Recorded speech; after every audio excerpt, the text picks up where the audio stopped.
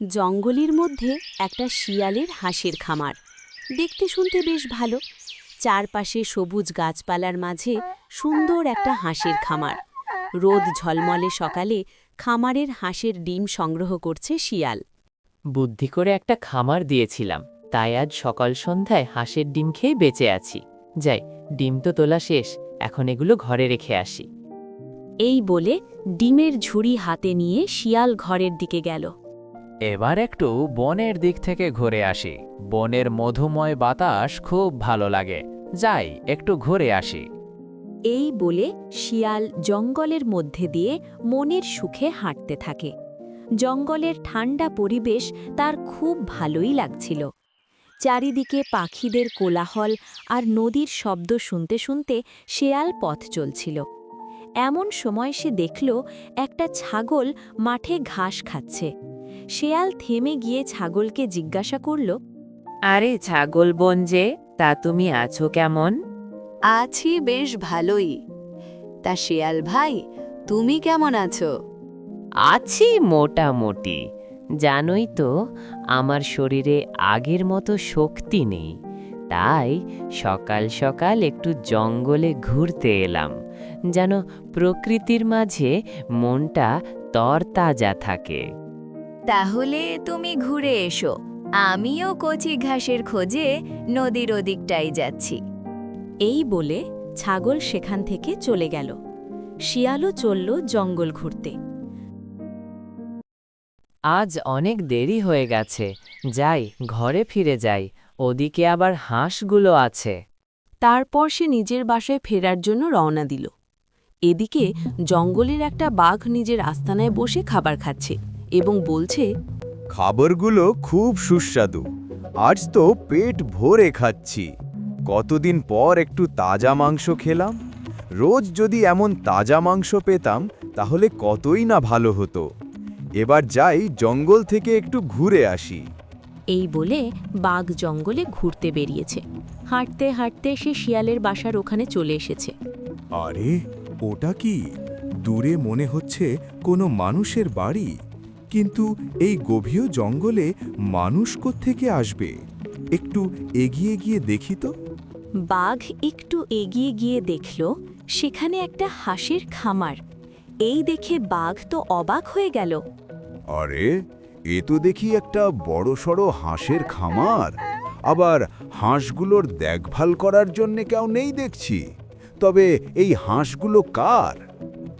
বাঘ হাঁস দেখে অবাক হচ্ছে, আর এদিকে শিয়ালও তার বাড়ির কাছাকাছি চলে এসেছে।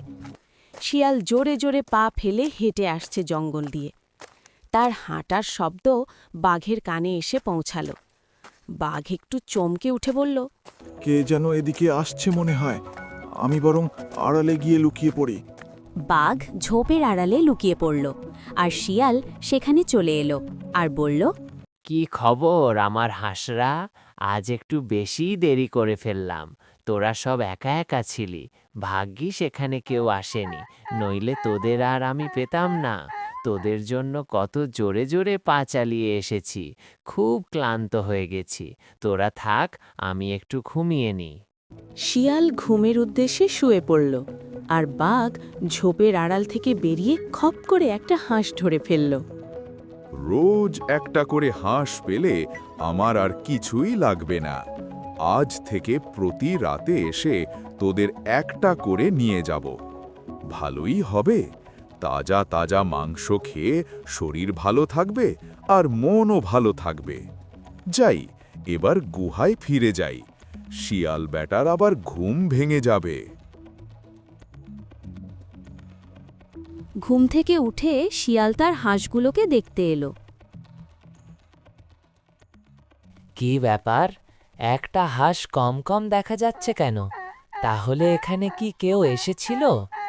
এরপর শিয়াল পায়চারি করে ভাবতে লাগল যে হাঁস কোথায় যেতে পারে। দেখি আজ রাতে পাহারা দিয়ে যে হাঁস আসলে কোথায় যায়। সন্ধে হয়ে এলো। বাঘ নিজের গুহা থেকে বেরিয়ে শিয়ালের খামারের দিকে রওনা দিয়েছে। আজ আরও একটা হাঁস খাবো। শিয়াল বেটা কিছুই বুঝতে পারবে না।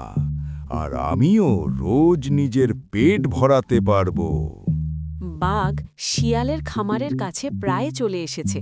এদিকে শিয়াল বসে আছে খামারের পাশে, এটা দেখার জন্য যে হাঁস কমল কিভাবে।